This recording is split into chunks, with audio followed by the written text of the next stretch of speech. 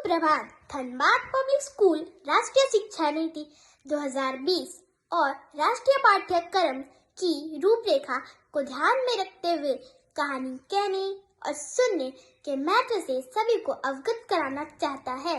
कहानी कहना और सुनना एक ऐसा कौशल है जिससे विद्यार्थियों में सामाजिकता, नैतिकता, भावनात्मक बुद्धिमत्ता, एकाग्रता जैसे अनेक गुण विकसित होते हैं। अतः आपके समक्ष में मैं कक्षा तृतीय ब की छात्रा नव्या नंदनी एक रोचक और शिक्षाप्रद कहानी प्रस्तुत करने जा रही हूँ। इस कहानी का शीर्षक है गठी। एक राह पर चलते चलते दो व्यक्तियों की मुलाकात हुई। दोनों का गंतव्य एक था, तो दोनों यात्रा में साथ हो चले। जब 7 दिन बाद दोनों के अलग होने का समय आया तो एक ने दूसरे से कहा, भाई साहब, 1 सप्ताह तक हम दोनों साथ रहे, क्या आपने मुझे पहचाना? दूसरे यात्री ने कहा, नहीं, मैंने तो नहीं पहचाना।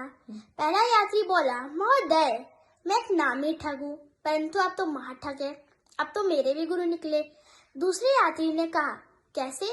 पहला यात्री बोला, कुछ पाने की आशा में मैंने निरंतर 7 दिन तक आपकी तलाशी ली, मुझे कुछ भी नहीं मिला। इतनी बड़ी यात्रा पर निकले हो तो क्या आपके पास कुछ भी नहीं है, बिल्कुल खाली हाथ हो? दूसरे यात्री ने कहा, मेरे पास एक बहुमूल्य हीरा है और थोड़ी सी रजत मुद्राएं भी है। पहले यात्री ने बोला, तो इतने प्रयत्न के बावजूद वो मुझे मिले क्यों नहीं? दूसरे यात्री ने कहा, मैं जब बाहर जाता था वह हीरा और मुद्राएं तुम्हारी पोटली में रख देता था और तुम 7 दिन तक मेरी झोली टटोलते रहे, अपनी पोटली संभालने की जरूरत ही नहीं समझी, तो फिर तुम्हें मिलते कहाँ से?